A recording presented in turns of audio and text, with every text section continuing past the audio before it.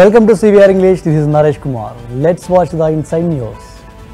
Karnataka's Deputy Chief Minister and Congress leader D.K. Shivakumar has expressed confidence that the Maha Vikas Aghadi will form the government in Maharashtra, claiming the alliance will win more than 165 to 170 seats.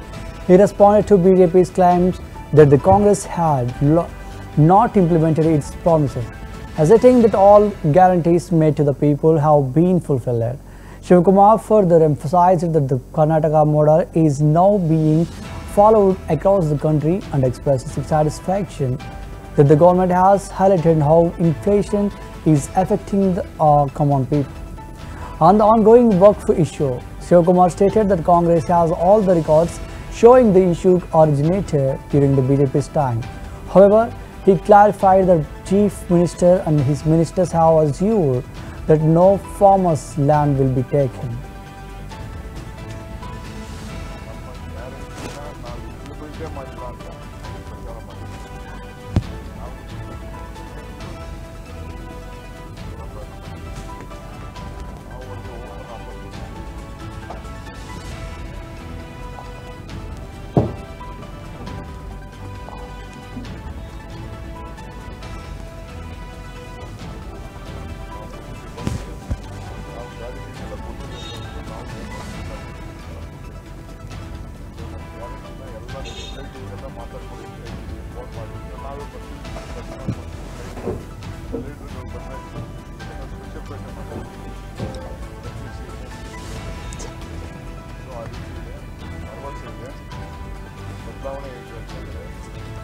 ಈಗ ಅವರಿಗೆ ಗೊತ್ತಾಗಿದೆ ಬೆಲೆ ಏರಿಕೆ ಜಾಸ್ತಿ ಆಗಿದೆ ಅಂತ ಅದಕ್ಕೆ ಅವರು 1500 ಕೊಡ್ತಾ ಇದ್ದಾರೆ.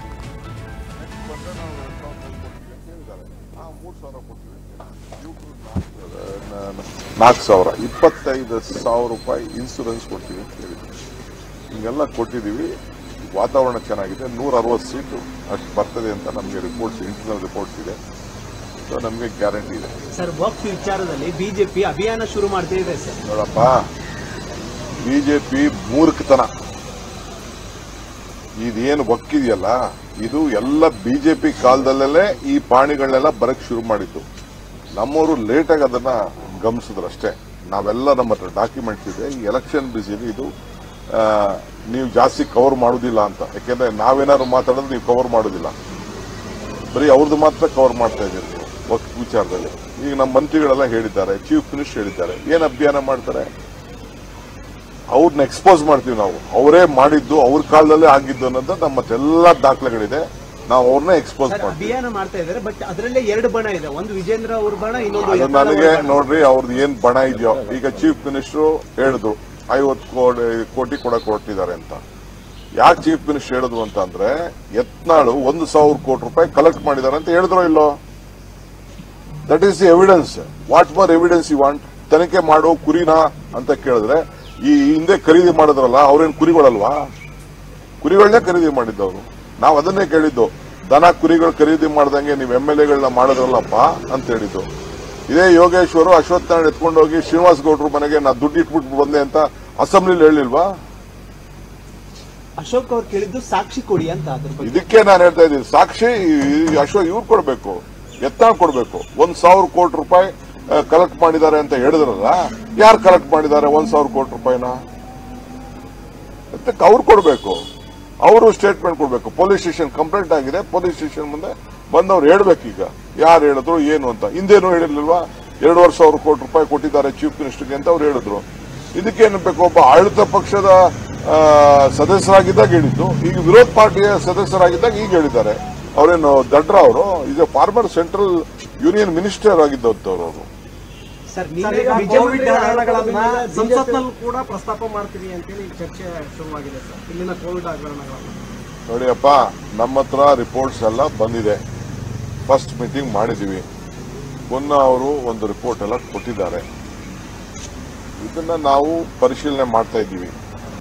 Priyanka Kakkar of AAP expressed deep sorrow over the tragic fire at Jhansi Medical College, which killed 10 children, criticizing the BJP government for its corruption and failure in healthcare. Priyanka condemned the government's response, especially the 2 lakh rupees compensation for the deaths of newborns. Calling it insufficient, Kakkar emphasized Arvind Kejriwal's vision for equal health care and education for all. She also criticized the BJP for politicizing the issue of illegal immigration, holding Amit Shah responsible for not addressing the problem effectively. Kakkar questioned the BJP's failure in providing security to women and overall governance, highlighting systematic issues in Uttar Pradesh. Medical college में आग लगने से 10 बच्चों की मौत हो गई है। कई बच्चे घायल बताए जा रहे हैं। हालांकि लगातार रेस्क्यू ऑपरेशन भी जारी है। कई बच्चों को रेस्क्यू भी किया गया है। देखिए, ये बेहद दुखद घटना है। परिवार वालों के साथ हमारी संवेदनाएं। सोचिए, जिस परिवार में सुबह किलकारियां थी, वो किलकारियां शाम आते आते चीखों में बदल गई। और ये कुछ और नहीं, भाजपा सरकार का करप्ट मॉडल है जो एक्सपोज हुआ है। Unfortunately at the cost of children हुआ है। हमारी पार्टी का, अरविंद केजरीवाल जी का बहुत साफ तौर से मानना है कि अगर देश को आगे लेके जाना है तो शिक्षा और स्वास्थ्य प्रणाली ऐसी होनी चाहिए कि चाहे अमीर का बच्चा हो चाहे गरीब का बच्चा हो, उनको सेम हेल्थ फैसिलिटीज मिलनी चाहिए और उनको सेम एजुकेशन मिलनी चाहिए। आज जो उत्तर प्रदेश में हो रहा है, बच्चे वहां पर स्टूडेंट्स प्रोटेस्ट कर रहे हैं, नवजात शिशुओं की इतनी अनफॉर्चुनेट दर्दनाक डेथ हो जाती है और वहां का करप्ट प्रशासन 2 लाख रुपया मुआवजा देता है। ये कीमत लगाई है उसने। ऐसी सरकार को सत्ता में बने रहने का बिल्कुल कोई हक नहीं है। किसी और से अवैध प्रवासियों की जो वृद्धि है वो लगातार बढ़ रही है, कहा गया है, और उनकी पहचान करने के लिए दिल्ली पुलिस को निर्देश दिए गए हैं। देखिए, ये तो बेहद चिंता का विषय है, क्योंकि अगर घुसपैठिए हैं हमारे देश में तो उसकी डायरेक्ट रिस्पॉन्सिबिलिटी गृह मंत्रालय अमित शाह जी के अंडर है। तो पहले तो एक थरो इन्वेस्टिगेशन होनी चाहिए कि ये घुसपैठिए आ कहां से रहे हैं, कितना नंबर है इन घुसपैठियों का। और मुझे लगता है कि भाजपा ये मुद्दा एक पॉलिटिकल गिमिक की तरह यूज कर रही है, क्योंकि एक तरफ तो वो नागरिकता देने की बात करते हैं इलीगल इमिग्रेंट्स को और दूसरी तरफ कह रहे हैं कि घुसपैठिए हैं। आइए, शिवराज सिंह चौहान का झारखंड में बयान आया। देखिए, अगर घुसपैठिए हैं देश में कहीं भी तो उसकी डायरेक्ट रिस्पॉन्सिबिलिटी गृह मंत्रालय के पास है, अमित शाह जी के पास है। तो पहले तो एक थरो इन्वेस्टिगेशन होना चाहिए कि ये घुसपैठिए आ क्यों रहे हैं, और अगर आ रहे हैं तो ये टोटल फेलियर है अमित शाह जी का। साथ ही दुखद है कि शिवराज सिंह चौहान जी, जो एक अच्छा बोलने वाले पॉलिटिशियन माने जाते थे, उनको भी अपनी पार्टी की लाइन टो करते हुए इतने निचले स्तर के वक्तव्य देने पड़ रहे हैं कि बेटी खतरे में है। 10 साल से भाजपा की सरकार है और अगर अभी तक वो बेटियों को सुरक्षा प्रदान नहीं कर पाए हैं तो भाजपा का टोटल फेलियर है, उनको सत्ता छोड़ देनी चाहिए। दुख व्यतीत किया है, दुख जताया है। इसके साथ ही उन्होंने पीड़ित परिवारों को आर्थिक सहायता देने का ऐलान किया है। 2 लाख रुपए की अनुग्रह राशि देने की भी घोषणा की है। देखिए, कैसे दुख जताया है ये। ना आप समान स्तर की शिक्षा दे पा रहे हैं, ना आप समान स्तर की हेल्थ फैसिलिटीज दे पा रहे हैं गरीब आदमी को, और ऊपर से उनके दर्द पर हंसने वाली बात है कि आप उनको 2 लाख मुआवजा दे रहे हैं कि नवजात शिशु जलकर, सोचिए कितना तड़प कर उनकी डेथ हुई। तो ये बेहद दुखद है। ये पोल पट्टी खोलता है भारत के रूलिंग पार्टी की, जो करप्शन में मायर्ड है ऊपर से लेकर नीचे तक, और जिसने हेल्थ और शिक्षा जैसे अहम मुद्दों पर कोई काम नहीं किया, जो आपको आज उत्तर प्रदेश में देखने को मिल रहा है। में आग लगने से 10 बच्चों की मौत हो गई है। कई बच्चे घायल बताए जा रहे हैं। हालांकि लगातार रेस्क्यू ऑपरेशन भी जारी है। कई बच्चों को रेस्क्यू भी किया।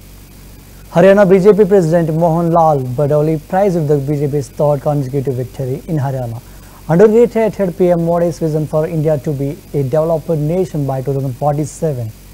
With Haryana following suit, Mohan credited CM Rayap Singh signing for boosting development and ensuring public welfare schemes reach the poor.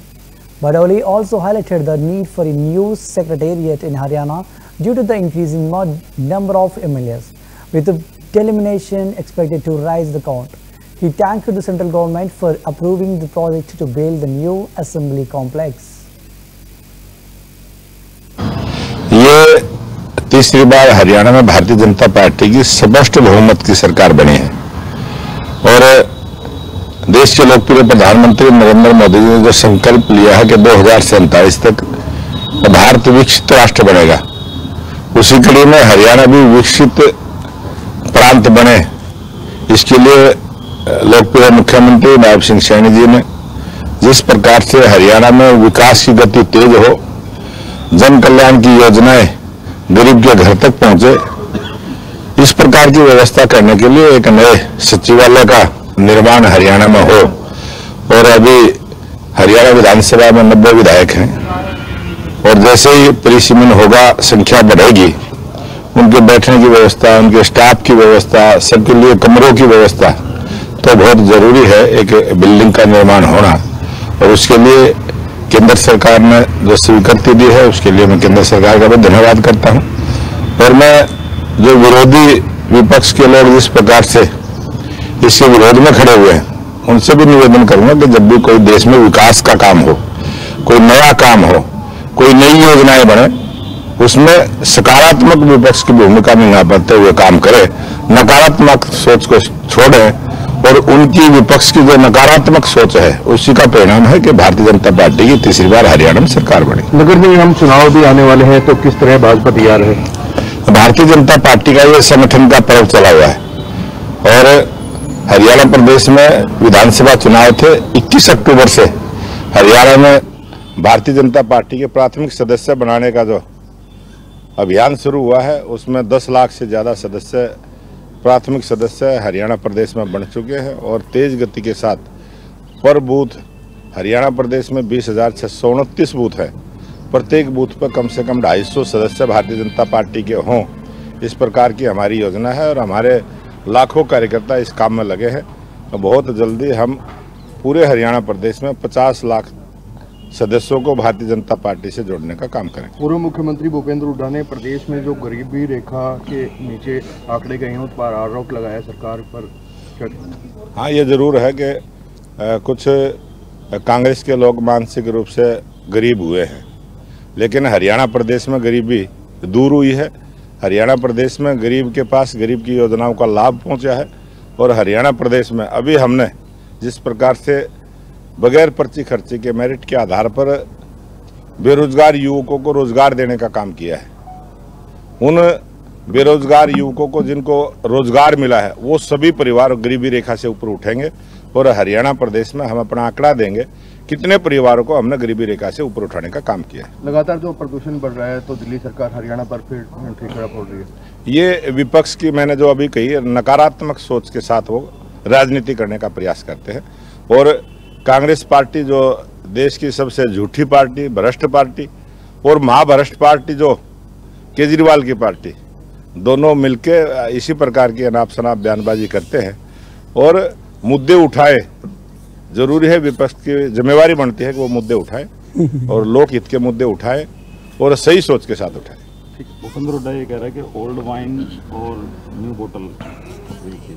हाँ, वो अब जो आदमी जिस प्रकार का सेवन करता है, उसी प्रकार का वो उदाहरण भी देता है। और अब उनकी उम्र इस प्रकार की हो गई है, वो अनाप शनाप कुछ भी उनके मुंह से निकलता है। और जो जनता ने जनादेश दिया है, मैं आपके चैनल के माध्यम से भी निवेदन करूंगा कि पहले कांग्रेस के लोग उस जनादेश का सम्मान करें, उसका सम्मान करते हुए इस बात की पहले जनता के बीच में अपनी बात को रखें। और जो बयानबाजी उन्होंने करी है, जिस प्रकार से आरोप कभी ईवीएम पर लगाने का काम करते हैं, कभी चुनाव आयोग पर ही आरोप लगाने का काम करते हैं, तो मैं निवेदन करूंगा पहले ये बताएं कि जो है वहाँ ईवीएम ठीक थी या खराब थी। प्रतिपक्ष का अभी तक फैसला नहीं हो पाया, क्या कहना चाहिए? ये उनका अंदरूनी लड़ाई है और जनता ने इस लायक उनको छोड़ा भी नहीं है। और उनको विपक्ष का नेता क्या है, अभी तो 2 विधायक INLD के हैं, 3 विधायक निर्दलीय भी है।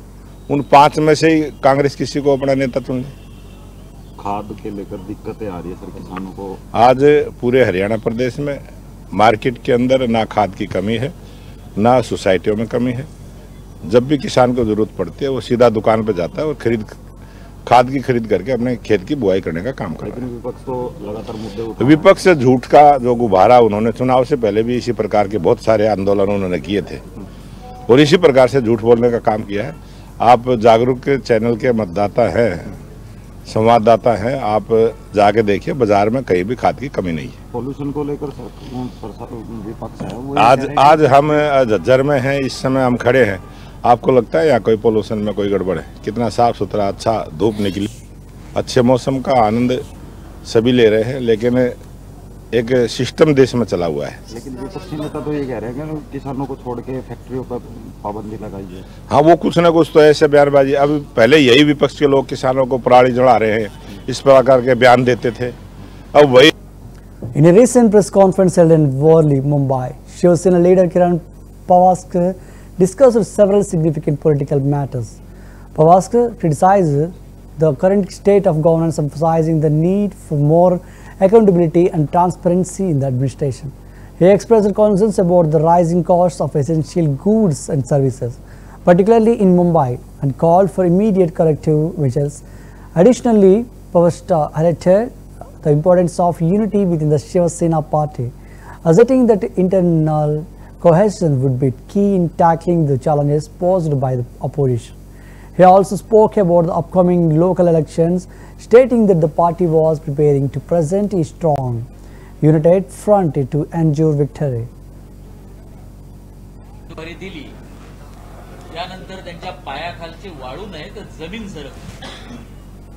काही प्रकार असे दिसलेत की आता एवढ्या खालच्या प्रकाराला येऊ लागले. कदाचित त्याच्यामध्ये आपल्या लोकांचाही सहभाग असेल, कारण आपल्याकडनं काही रिपोर्टिंग असेल.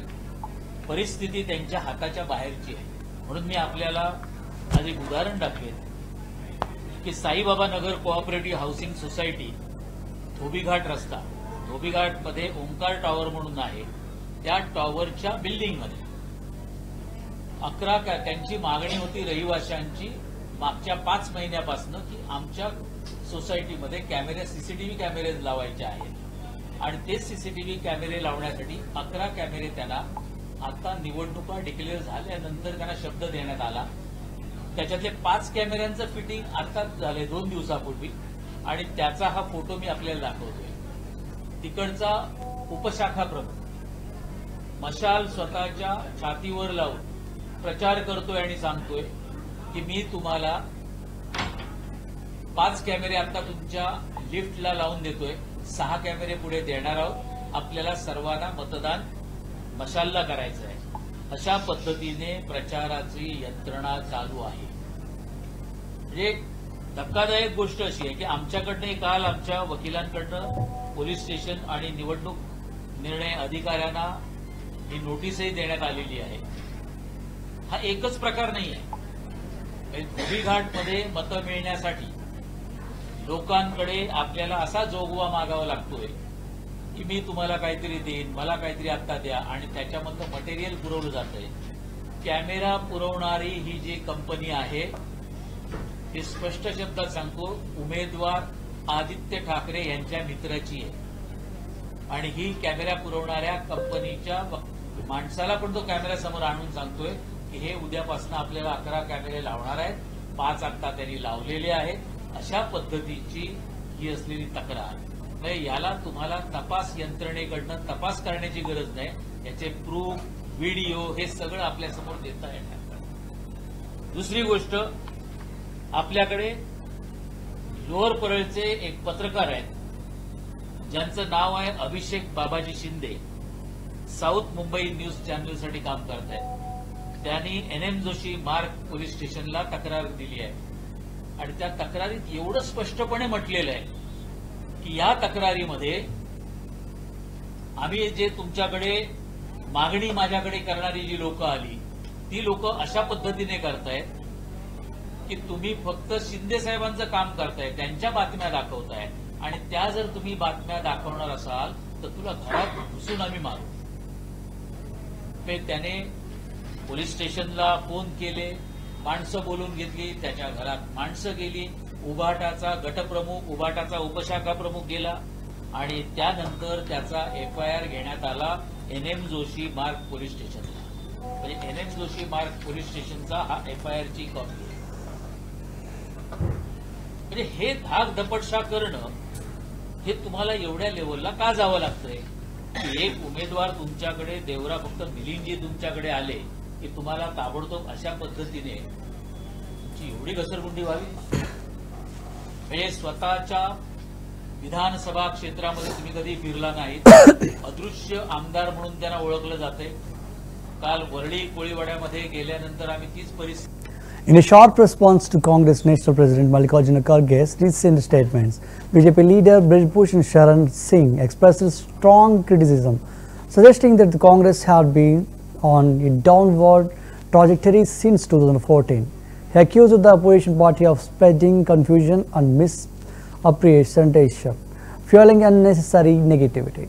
Singh remarked that if Kharge denies Congress defeat, it is merely self-deception on his part.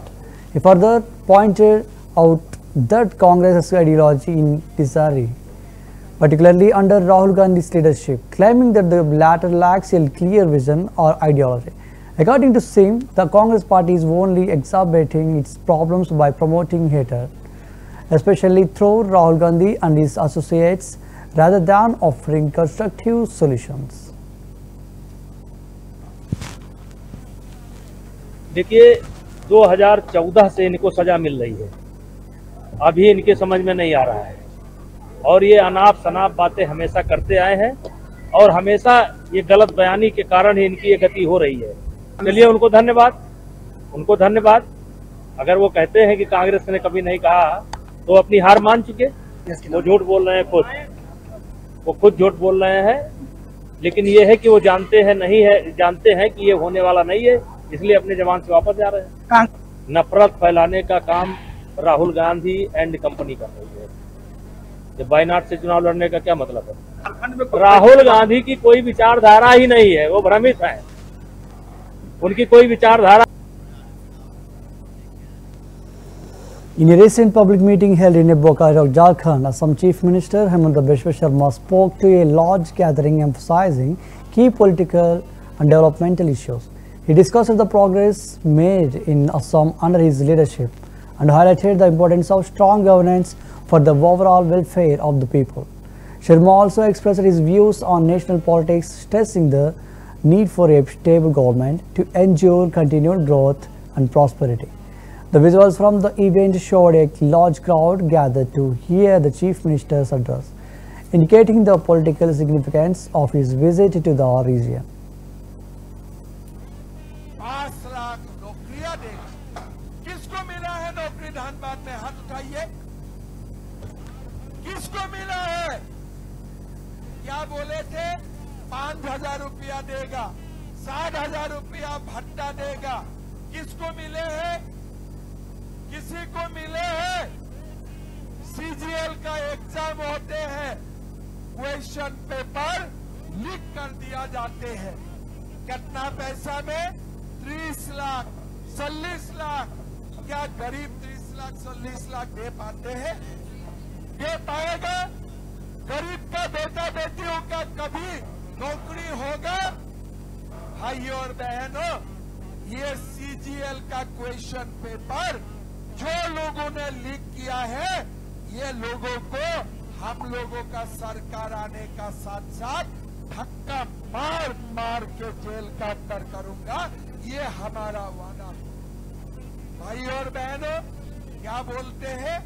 मैया का सम्मान करवा रहा. अरे घर में बेटा बेटी कॉलेज पास करते हैं, यूनिवर्सिटी पास करते हैं, घर में नौकरी नहीं होते हैं. क्या कोई माँ शांति से सो सकता है क्या? सुबह सुबह बेरोजगार बेटाओं को देखने का बाद माँ काम कर सकता है क्या? अरे हेमंत सोरेन जी, आप हमें हमारा युवाओं का साथ विश्वासघात कर दिया है. हमने क्या बोले हैं? मैं मैया का सम्मान कर रहा हूँ. 5 साल सरकार चले, साल 7 महीना मैया का याद नहीं आए. अभी 3 महीना मैया का याद आ रहा है. लेकिन ये लोगों ने क्या बदमाशी किया है? मैया सम्मान का नाम में बुजुर्ग का पेंशन बंद कर दिया. 6 महीना से कोई बुजुर्ग को पेंशन नहीं मिल रहा है। मैं झूठ बोला हूं क्या? विधवा को पेंशन नहीं मिल रहा है। आज दिव्यांगजन का पेंशन नहीं मिल रहा है।